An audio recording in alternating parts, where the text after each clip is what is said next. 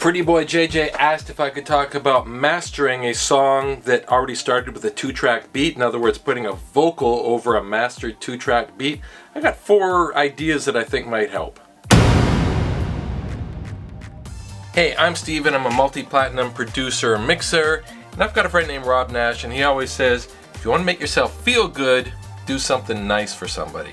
Well, I'm hoping to make myself feel good by sharing something that I hope is useful for you. Mixing a vocal to a 2-track can be a little bit tricky, but I do think you can get a good result depending on the original 2-track.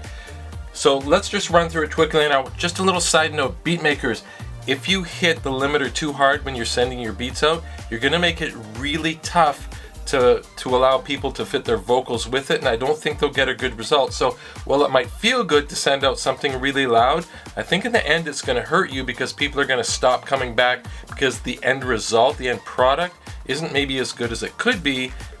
Send stuff to people that, like, vocals kind of fit in all the cracks, so you got to send something out with a little bit of space in it. First tip is, and I'm going to do it in Logic, but this will work in anything else, open the EQ and put it into mid only. So we're going to only EQ the middle, and then what you want to do is create a pocket for the vocal. Now this is where it gets tricky because pulling the music out of the way works, but you're going to affect the sound of the snare drum or the clap a little bit. So let me turn the vocal off for a second, and just so you can hear what's happening. So I'm going to put this up.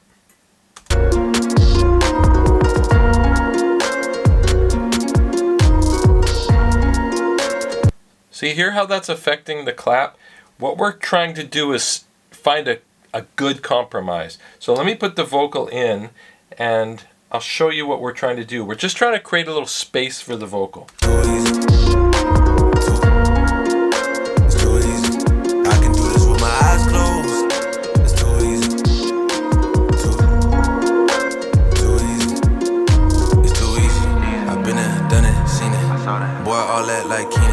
Still got take it out. Flow still hot like Phoenix. Shine so bright I'm gleaming. This off top I'm tweaking.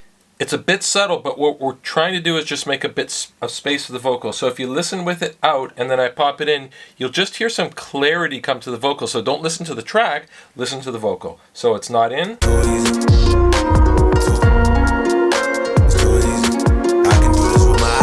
Let me put it in. The next thing is pull the track down. A lot of times it'll be hot, so I've got it at -4 here, maybe -6. You're gonna allow some room for the vocal to sit on top. So that's tip number 2. Don't leave it way up here.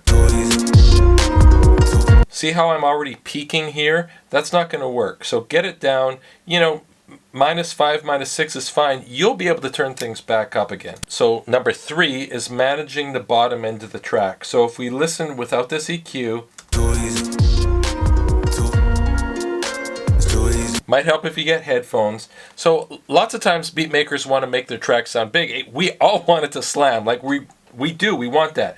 But sometimes it's a little bit too big and it's hard to get the level back, and it just doesn't sound really pro if the bottom end is blown up too much. So the first thing is putting a high pass, which means the high frequencies can pass.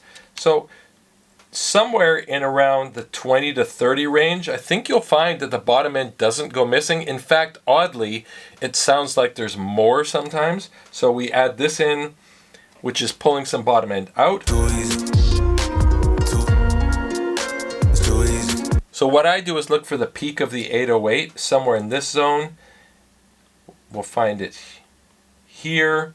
So what I've done is I've just pulled some of that down. Now,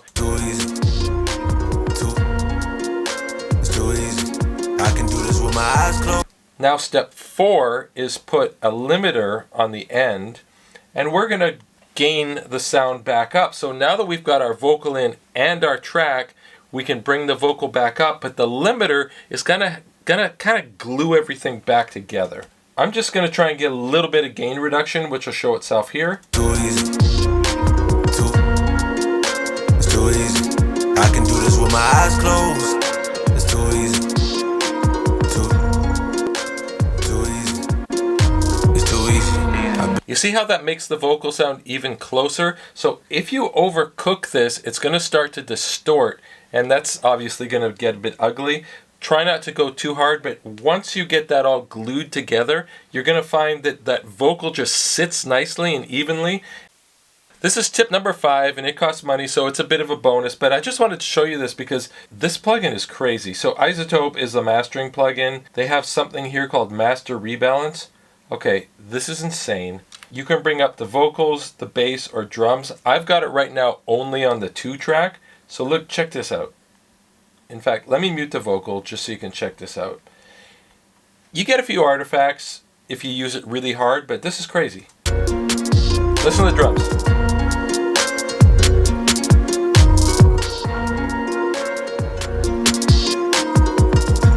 I mean, it has varying effects on different things, but that ability to bring the drums up and down in a 2-track, that's on the 2-track. That's crazy. I hope that helped. I hope it gets you started. And like I say, you want to feel good?